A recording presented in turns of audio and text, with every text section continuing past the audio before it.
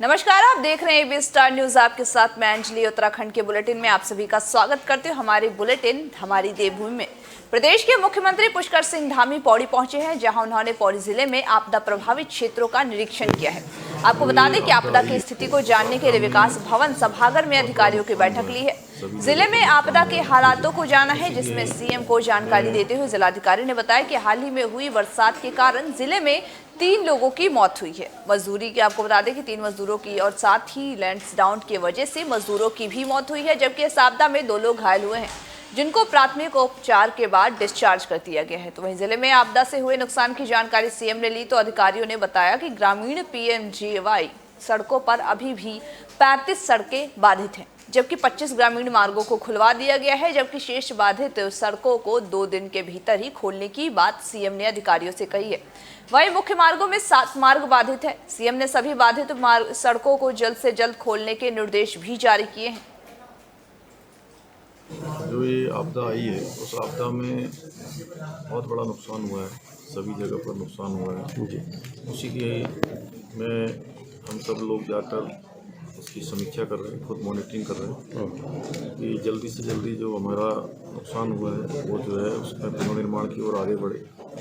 और ऐसे समय में चूँकि स्वयं जीरो ग्राउंड पर आकर इसलिए कर रहे हैं कि जल्दी से जल्दी वो चीज़ें सामान्य हों और जो लोग इसमें हताहत हुए हैं, जिनके परिवार के लोग इसमें इस आपदा में उनके ऊपर विपदा आई है या उनके परिवार के लोग ख़त्म हो गए, उनके परिवारों में भी हम लोग जा रहे हैं। और हमारा पूरा प्रयास है कि जल्दी से जल्दी सारी चीज़ें सामान्य हों, सारी रोडें जो बंद हैं वो जल्दी खुल जाएं, किसी को किसी प्रकार की परेशानी न हो, बिजली की व्यवस्था ठीक से चले, पानी की व्यवस्था ठीक से चले, खाद्यान्न ठीक से पहुँचे, मेडिकल की सुविधा ठीक से हो।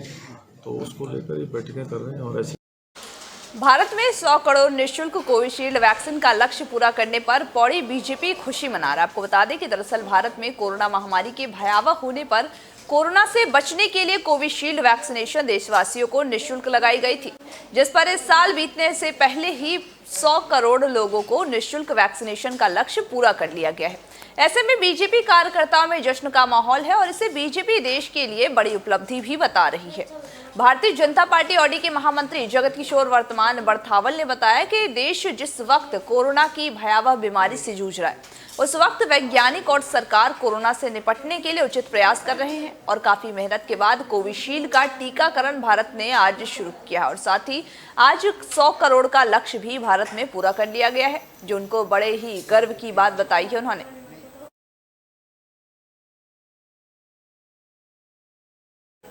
सत्यम ऑटो कंपोनेंट कंपनी से निकाले गए मजदूरों के समर्थन में हरिद्वार के शिवालिक नगर चौक पर कांग्रेस कार्यकर्ताओं ने 3 दिवसीय धरना प्रदर्शन शुरू किया है। उनकी मांग है कि 4 साल पहले निकाले गए मजदूरों की बहाली की जाए। मांगे पूरी न होने पर उन्होंने पार्टी के बड़े नेताओं के साथ ही कंपनी के बाहर उग्र आंदोलन करने की भी चेतावनी दी है। दरअसल आपको बता दें कि 4 साल पहले ही हरिद्वार के सिडकुल में आपको बता दें कि 4 साल पहले कंपनी सत्यम कंपनी प्रबंधन से बिना किसी नोटिस के ही सैकड़ों मजदूरों को नौकरी से निकाल दिया गया था। तब से लेकर आज तक ये मजदूर धरने प्रदर्शन पर बैठे हुए हैं। ज्ञापन आदि माध्यमों से लगातार इनका संघर्ष जारी है। अब एक बार फिर से इन मजदूरों को कांग्रेस नेताओं का समर्थन मिला है और उन्होंने इनकी बहाली की भी मांग को लेकर के 3 दिवसीय धरना प्रदर्शन शुरू किया है। कांग्रेस नेताओं का आरोप है कि स्थानीय भाजपा विधायक आदेश चौहान ने भी इन मजदूरों की उपेक्षा करते हुए कंपनी प्रबंधन से साठगांठ कर ली है, जिसके चलते आज तक इन्हें बहाली नहीं मिली है और इनके परिवार को आर्थिक तंगी से गुजरना पड़ रहा है।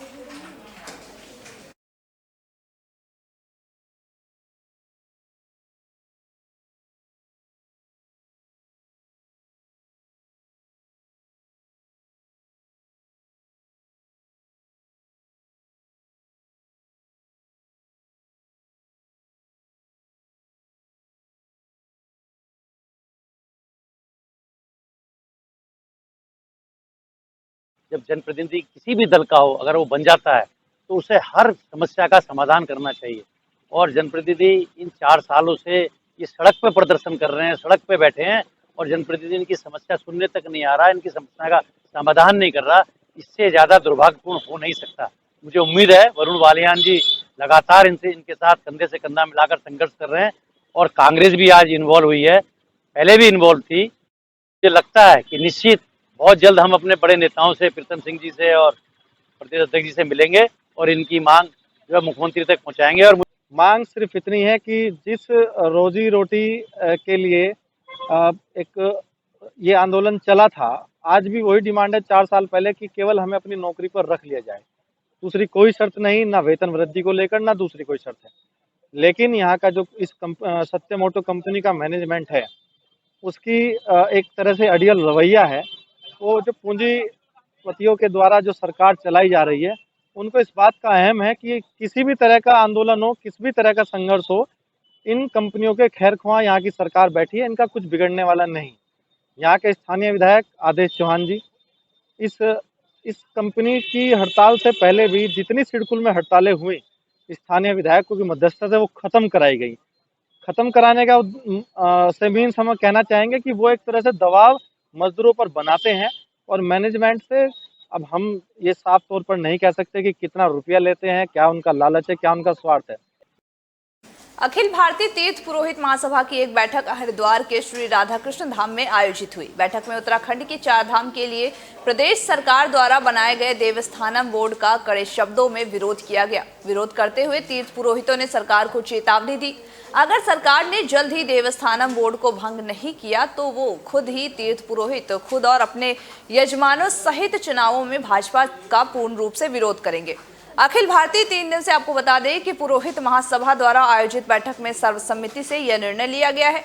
4 धाम तीर्थ पुरोहित महासभा द्वारा बद्रीनाथ, केदारनाथ, गंगोत्री और यमुनोत्री 4 धाम के अलावा उत्तराखंड के अन्य पवित्र स्थलों पर देवस्थानम बोर्ड की स्थापना का विरोध और साथ ही उसे भंग करने की मांग की गई है।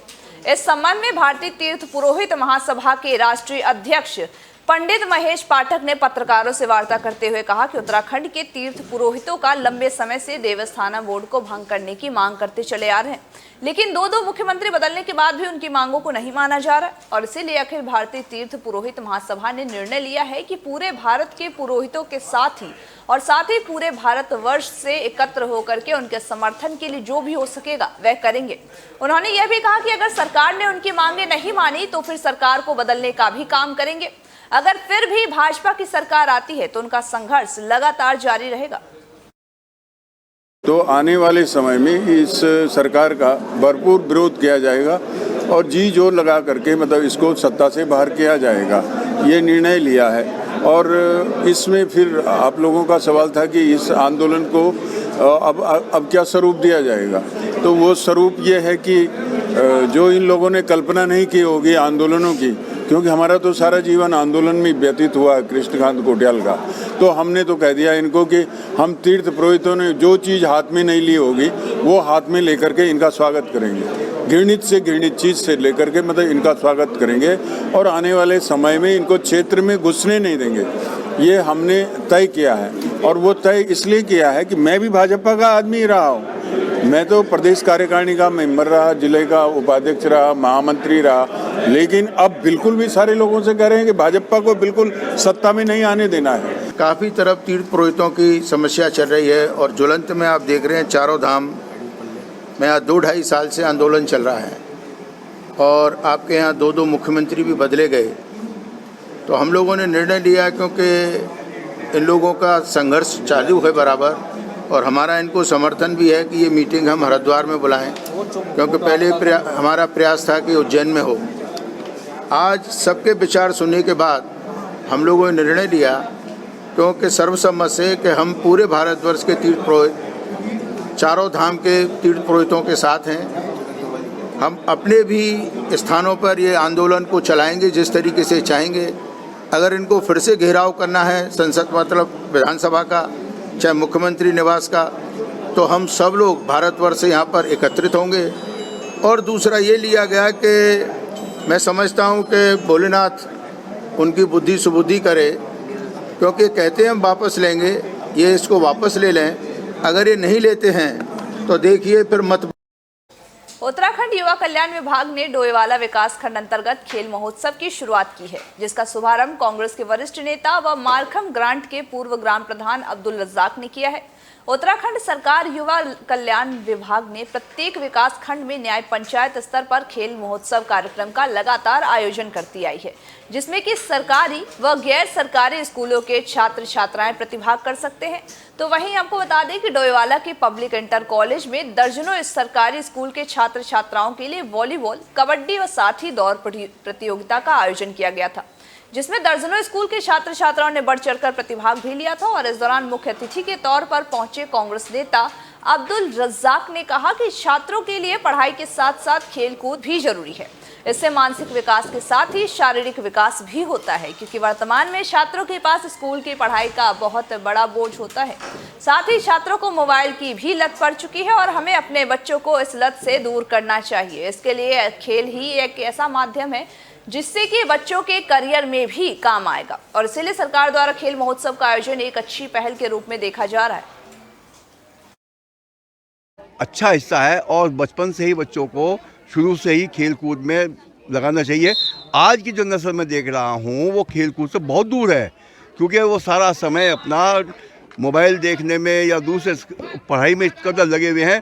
सुबह से शाम तक बच्चों की मशीन बन जाती है। रात तक हमने अपने बच्चों को पढ़ाई के लिए 3 साल के बच्चे को हम दाखिल कर देते हैं स्कूल में, और 3 साल का बच्चा कुछ नहीं जानता, उस पर भी पढ़ाई का दर्द ये कर ले, और इस ढंग से हमने उसका जो दिमागी वो है हिसाब है, उसका जो नशोनुमा होनी चाहिए बच्चे के अंदर, जो विकास होना चाहिए बच्चों का, वो विकास माँ बाप ने रोक दिया है। देखिए, जैसा आप देख रहे हैं कि आज विद्यालय में एक उत्सव सब मन रहा है। बच्चे बहुत खुश हैं, बच्चों पे जागरूकता है, बच्चे खेलना चाहते हैं। लेकिन आज जो समाज में हो रहा है, जो दुनिया में हो रहा है, बच्चा खेल से दूर जा रहा है, मोबाइल में बिजी है।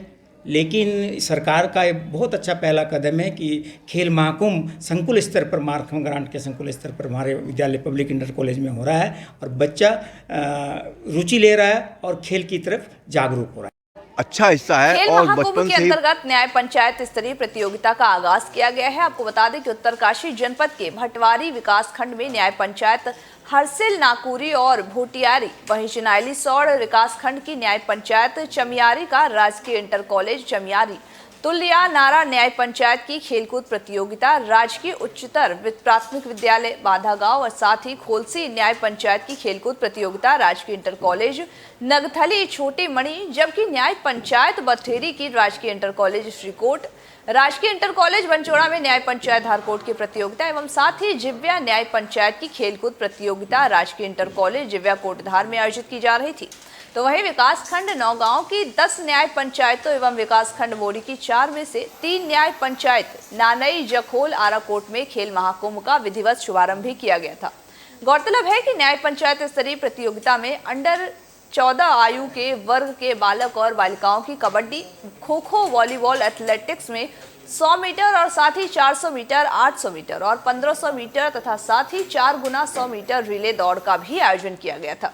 जोशियाड़ा न्याय पंचायत की शहीद मेजर मनीष गोसाई राजकीय इंटर कॉलेज में प्रतियोगिता आयोजित किया गया था। वहीं उसका उद्घाटन प्रधान कविता एवं साथ ही क्षेत्र पंचायत सदस्य कोटी कोटेल गांव ने किया।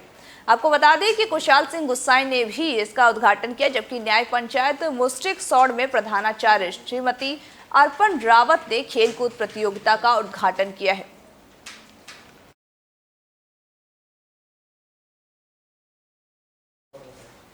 अगली खबर उत्तरकाशी से है। आपको बता दें कि गरीब व पिछड़े जनजातियों को कानून की जानकारी देने का प्रयास किया जा रहा है, जहां पर जिला विधिक सेवा प्राधिकरण सचिव दुर्गा शर्मा ने आम लोगों को निःशुल्क विधिक सेवाएं उपलब्ध कराने के उद्देश्य से शुक्रवार को उत्तरकाशी जनपद में विधिक सेवा रथ को हरी झंडी दिखाकर रवाना किया है। राष्ट्रीय विधिक सेवा प्राधिकरण नई दिल्ली में निर्देशानुसार 2 अक्टूबर से 14 नवंबर तक की संपूर्ण देश में पैन इंडिया जागरूकता कार्यक्रम का आयोजन किया जा रहा है, जिसके तत्वाधान में राज्य विधिक सेवा प्राधिकरण नैनीताल के निर्देशानुसार संपूर्ण राज्य में मोबाइल वैन के माध्यम से दूर दराज के क्षेत्रों में विधिक जागरूकता कार्यक्रम भी आयोजित किए गए हैं, जिसमें आम जनमानस को डॉक्यूमेंट्री फिल्म दिखा करके विधिक सेवा प्राधिकरण के कार्यों से अवगत कराया जा रहा है।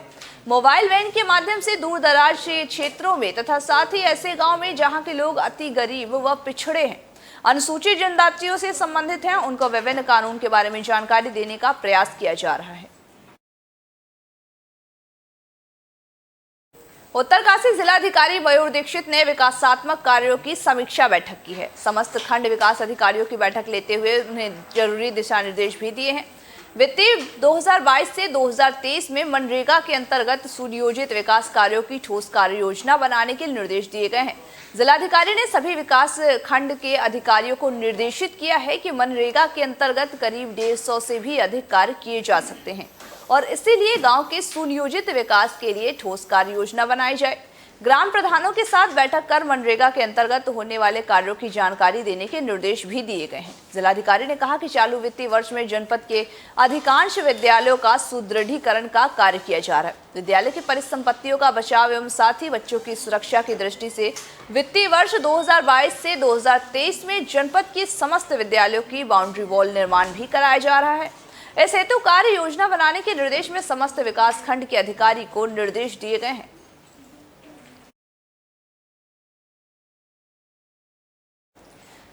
उत्तराखंड के मुख्यमंत्री पौड़ी पहुंचे हैं। पौड़ी में उनका कार्यकर्ताओं ने स्वागत किया है। आपको बता दें कि साथ ही मरने वालों की आत्मा की शांति के लिए 2 मिनट का उन्होंने मौन भी रखा है। साथ ही दोपहर भोजन के बाद विकास भवन सभागार में पौड़ी में मुख्यमंत्री आपदा और साथ ही विकास कार्यों की समीक्षा बैठक भी करेंगे। मुख्यमंत्री के साथ आपदा प्रबंधन मंत्री डॉक्टर धन सिंह रावत, पर्यटन मंत्री सतपाल महाराज, वहीं पौड़ी के विधायक मुकेश कोहली भी मौजूद थे।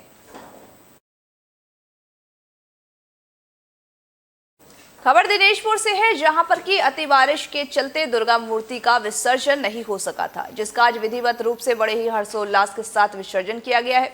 आपको बता दें कि दुर्गा मंदिर परिसर से मां की मूर्तियों को ट्रैक्टर ट्रॉलियों में झांकियों के रूप में पूरे दिनेशपुर नगर का भ्रमण करते हुए धर्मनगर पुल में देवी मां के भक्तों के द्वारा मूर्ति विसर्जन किया गया। इस दौरान दुर्गा पूजा कमेटी के अध्यक्ष मृत्युंजय सरकार ने कहा कि दुर्गा पूजा समाप्ति के तुरंत बाद विजयदशमी को मूर्ति विसर्जन किया जाता है, पर इस वर्ष अत्यधिक वर्षा होने के कारण विसर्जन नहीं किया जा सका। हमारा जो विसर्जन का तिथि निश्चित था वो सोमवार था, लेकिन रविवार से अतिवृष्टि के कारण हम मूर्ति को मंदिर से नहीं निकाल पाए। इस वजह से आज शुक्रवार का दिन है और बारिश भी रुक चुकी है। इस वजह से आज हम मूर्ति का विसर्जन कर रहे हैं और हमारे में ये होता रविवार, मंगलवार और शनिवार के दिन मूर्ति का विसर्जन नहीं होता है, उस वजह से 2 दिन देरी है। आज के हमारे उत्तराखंड के बुलेटिन हमारी देवभूमि में बस इतना ही। तमाम बाकी खबरों के अपडेट्स के लिए बने रहिए हमारे साथ और देखते रहिए AB स्टार न्यूज़।